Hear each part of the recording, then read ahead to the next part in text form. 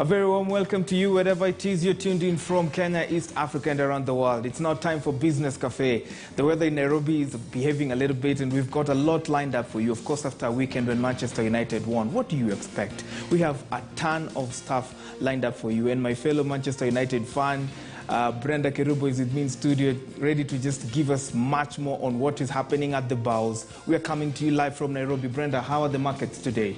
Good morning, Branji. Of course, a very stellar performance there from Manchester United. This is how the markets closed on Friday. And of course, we're looking forward even as they open on Monday morning.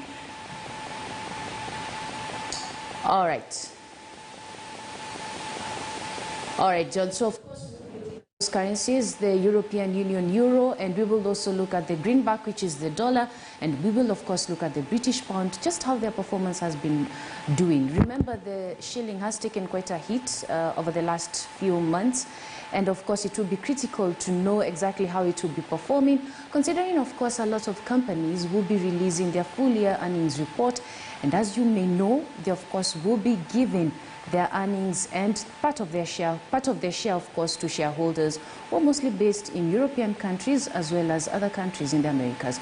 So of course, even as the shilling continues to continue getting a battering, we will also see its performance in relation to other regional currencies. Branji?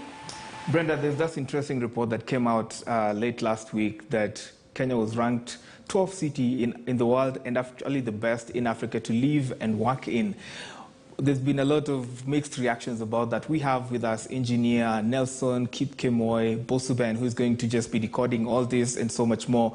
Of course, we'll be touching on the issues about flooding, traffic, transport, and so much more. But Brenda, what do you think about that report? Do you agree with it? I mean, very interesting dynamics in relation to that report, because one of the key specific sectors that were ranked in relation to this was just the ability of these expatriates to make friends, ability for them to actually access factors such as housing, and also at the same time just how easy it is they can access the transport system in the country. So of course, this is just some of the key specific sectors when it comes to highlighting how the expatriates stay in the country. So one of the key data that come out in relation to the Nairobi expatriates' views were very interesting, because most of them actually did rank Nairobi one of the best places to work in, because they cited quite a number of factors in relation to these. Of course, as one of the critical factors. Of course, we have a 78% who describe locals as very friendly. We also have 74% who are happy with their social life, and 82% who have no trouble actually finding friends in the country. And we also have 78% who, of course, they are describing the locals as very friendly, and of course 74% who are happy with their social life. So this is just the ability for them to engage even in the afternoon events when it comes to after-work events. So their social life ranking it at 74%. We also have 82% who have no trouble finding a house. So critical places, of course, here we know in Nairobi, places like Kilileshwa, and all the way to places like Junction, very full of expatriates. 42% rate cost of living negatively. Of course, inflation has been on the highest trend, so that has an impact when it comes to their earnings at the end of the day. 55% unhappy with public transport. So chaotic when it comes to the transport sector. They did give that a 55%. 73% are happy with their job. Of course they are. I mean, they're expatriates. I don't know about you, Branji. Very interesting numbers there, and we'll be seeking the opinion of a seasoned engineer, civil engineer, and of course a water and sanitation expatriate. He did an MSc on that one. Engineer Bosuben will be talking to us later on. But let's now give you the stories that we prepared for you earlier today. So there's a water summit that will be happening today. Let's listen into what they had to say.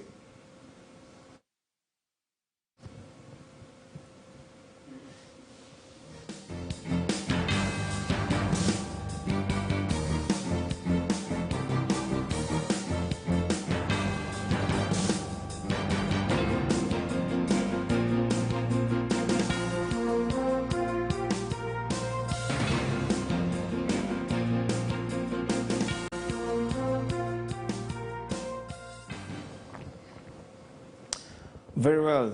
over 2,000 small and medium enterprises will have an opportunity to explore opportunities in the Democratic Republic of Congo through the ongoing business forum. Leading the private sector delegation, Equity Group CEO James Mwangi exuded confidence in mission, citing that intra-Africa trade will only grow if countries embrace regional integration. The 15-day business networking initiative organized by the governments of Kenya and the DRC respectively in partnership with Equity Group. Counterparts in DRC is exploring opportunities that have the potential to unlock trade, tourism and investment opportunities in DRC and the larger Great Lakes region. Today we started the Kenya-DRC trade mission. We brought 253 Kenyan entrepreneurs. They are being hosted by over 2,000 Congolese business people. And the objective is to get Kenyan entrepreneurs to see the opportunity in DRC. The second one is to forge partnerships and collaboration with the entrepreneurs of DRC so that we promote joint ventures. DRC is just about to enter the East African community, which will open most of the barriers that exist in trade.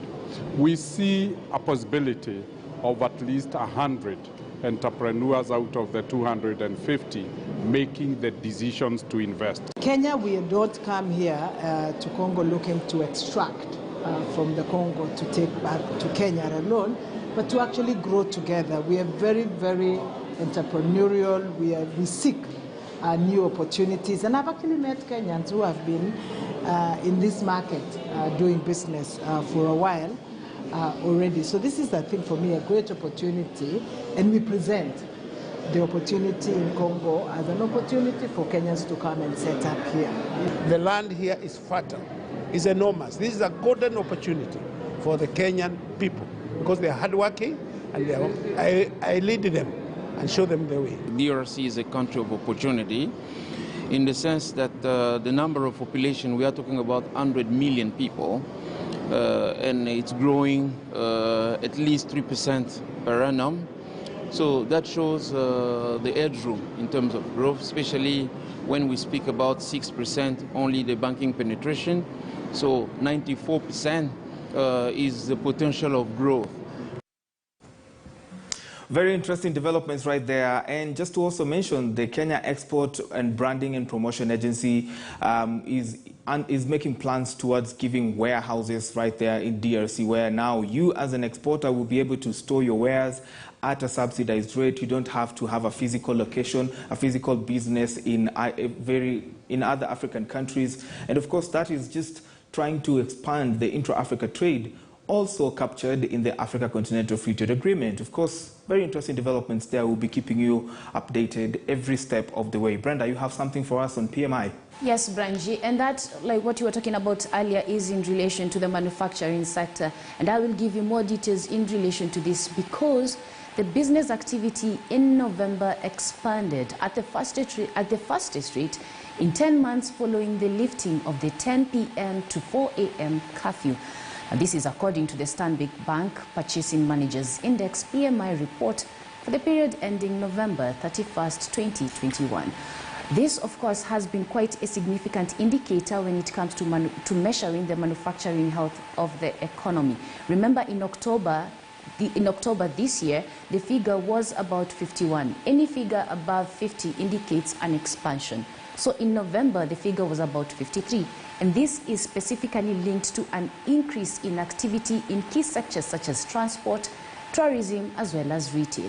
These sectors were significantly hit during the COVID-19 curfew period because of the restrictions that were imposed in relation to this. So we're talking about restrictions in movement and at the same time keeping a time frame in terms of when business operations will be kept open. As Branji was mentioning a little bit earlier, the manufacturing sector did not perform very well. Remember, it of course did have a hit when it came to cost of inputs. There have been a lot of restrictions in places where inputs are imported from, so this did not perform quite well. But overall, we're still giving it a thumbs up. Remember, we did lose about 735,000 jobs at the height of the pandemic. Branji? Very interesting figures right there. We hope we'll give the full details of that PMI later in our subsequent bulletins, of course, on Business Today and, of course, on our Business Prime segment. Time now for that interview, Brenda. And Nairobi was ranked number 12 worldwide as the best city to live and work in. And, of course, there's been a bit of controversy around that, of course, being ranked number 12 worldwide, but number 1 here in Africa. Joining me now to cross the T's and dot the I's on this conversation is none other than Engineer Nelson Kipkemoi Buso Ben. Engineer, good to see you. Question is, do you agree with that report? Thank you. Yes, the report is true that Nairobi is ranked the first in Africa as a city. Because of the effort which has been placed, there's been a lot of infrastructure development in ensuring that the roads are improved, the electricity is reliable, we have enough water within the residents. So that is why Nairobi is ranked. Security has been beefed up in Nairobi. There's a lot of traffic lights. You can do business. You can travel to the airport and back without any problem. That is why you find Nairobi being ranked number 1 in Africa. Now, here's where I throw the span in the works. You're a civil engineer. You hold a master's in water and issues of sanitation. We keep having perennial flooding in Nairobi. Anytime there is a little rain, it's going to flood. Why is that happening, engineer? Yeah, thank you. What has happened is that over years there's been a lot of development in terms of buildings, but there's not been a lot of expansion of the drainages, and this has resulted in a situation whereby when there's a runoff, when there's a storm, when there's a rainfall, the size of the drainage is inadequate. It has also required a lot of investment, because you find that in Nairobi, for example, there's been a lot of road construction, but there's not been a lot of drainage clearing, removing the debris along the drainage, and also ensuring that all the drains are cleared so that when it rains, it can easily take off the water. Great. So then what do we need to do to improve the drainage situation in the country, in Nairobi particularly? Because, of course, there is also the question about us lacking water at some point. This water we are seeing right now is going to waste. We need to be harvesting it and treating it and channeling it to households and, of course, other sectors of the economy, like for manufacturing. What then do we need to do to make sure that even as the rains come, we are prepared? Because we see a more of a reactive approach other than a proactive approach. We are even witnessing right now the floods that are claiming lives in the country, engineer. Yes, thank you. Actually, what is required is that we need to start sustainable urban development, ensuring that we integrate all the projects. We make sure that we allocate land, we acquire land so that we can conserve this water to be used later. We can also purify it. We can also use it for groundwater recharge, so that when the transition comes in, we should be having enough water to use.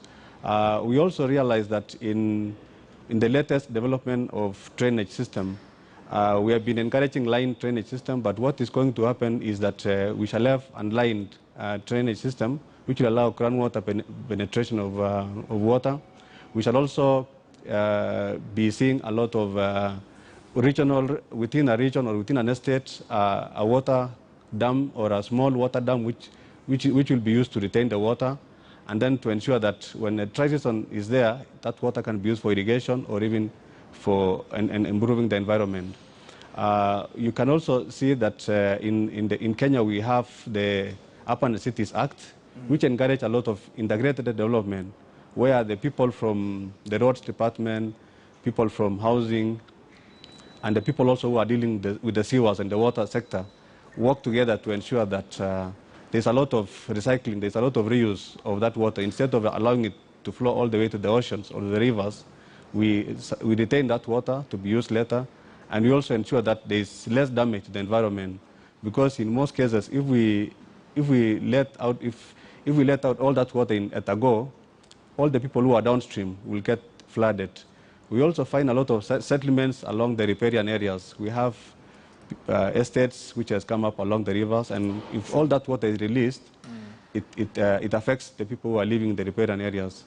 And also, you find that where we have at the lowest point, or the lowlands of the urban areas really get a lot of wash floods. We have seen along Mombasa Road, for example, or South Sea, where all the water from all the regions gets settled there. We get all those guys, all the people, residents, getting a lot of problems there.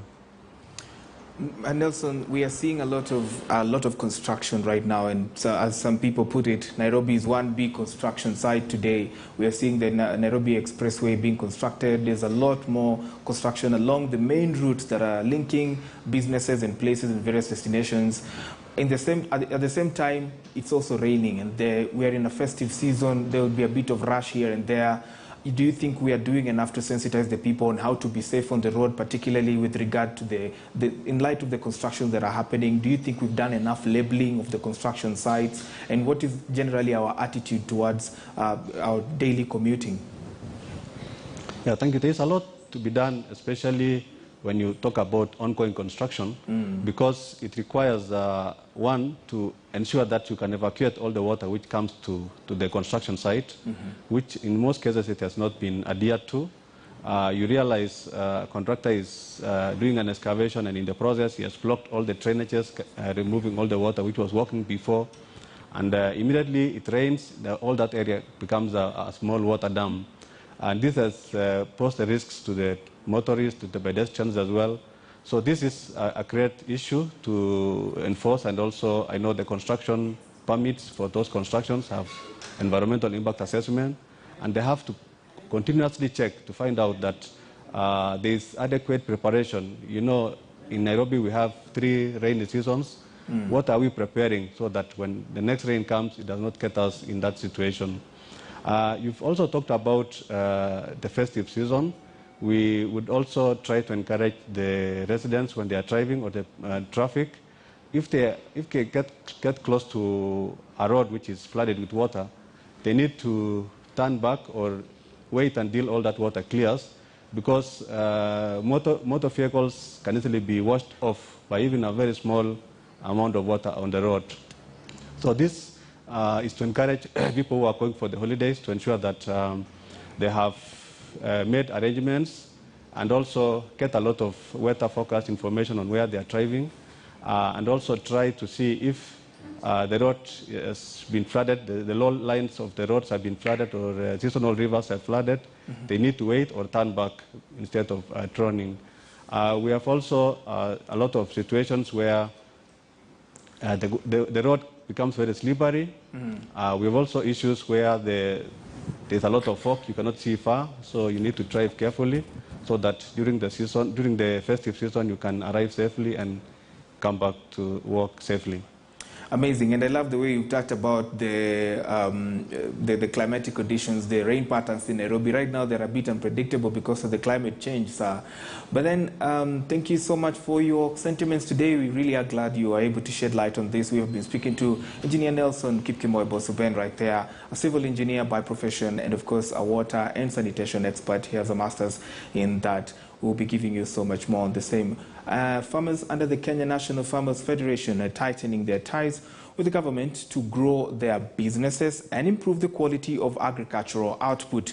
Speaking in this year's annual general meeting, KENAF's CEO Daniel Mailutha says the federation shall engage a wide range of actors to lobby the government to subsidize and reduce taxation on agricultural produce.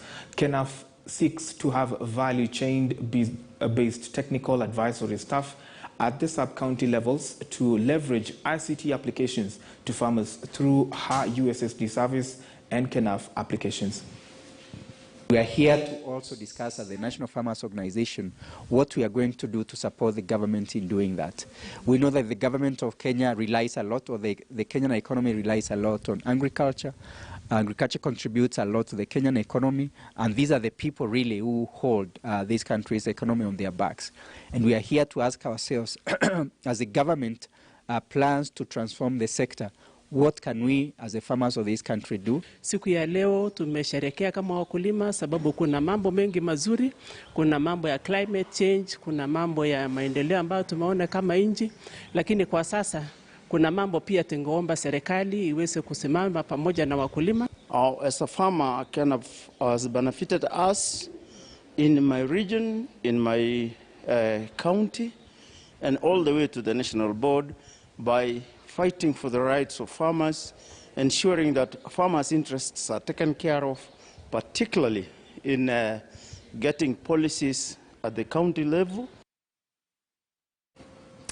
Very well, and now you are up to date with what we will be giving you. Of course, the Innovator will be playing up later on, but before that, my colleague Brenda is ready with the money markets. Of course, Brenda, what's happening at the Nairobi Securities Exchange? This is exactly what is happening in the money markets, Branji. The dollar is 112 buying, 112.20 selling. We have the British pound, 150 buying, 150.65 buying, 150.94 selling. And we have the euro, which is used in the European Union, an economic and political bloc, 126.75 buying and 127 selling. Branji, this is a critical factor when you're looking at the greenback, because remember, quite a lot of corporate institutions are reporting their full year earnings. The question will be, will the shilling continue to maintain that particular level even as you go into the festivities? And I know that a couple of companies also will be giving dividends. I know you have shares in a few of these companies, Brenda. I hope you cut me a check. Cut me something small, Brenda. And that's it for Business Cafe. Many thanks for joining us as we brought you the latest and what you should expect in the world of business. I am Brian Georgetiano. And I am Brenda Kirubo. Of course, such a quite enticing show, and it's an absolute pleasure to have you. Good morning.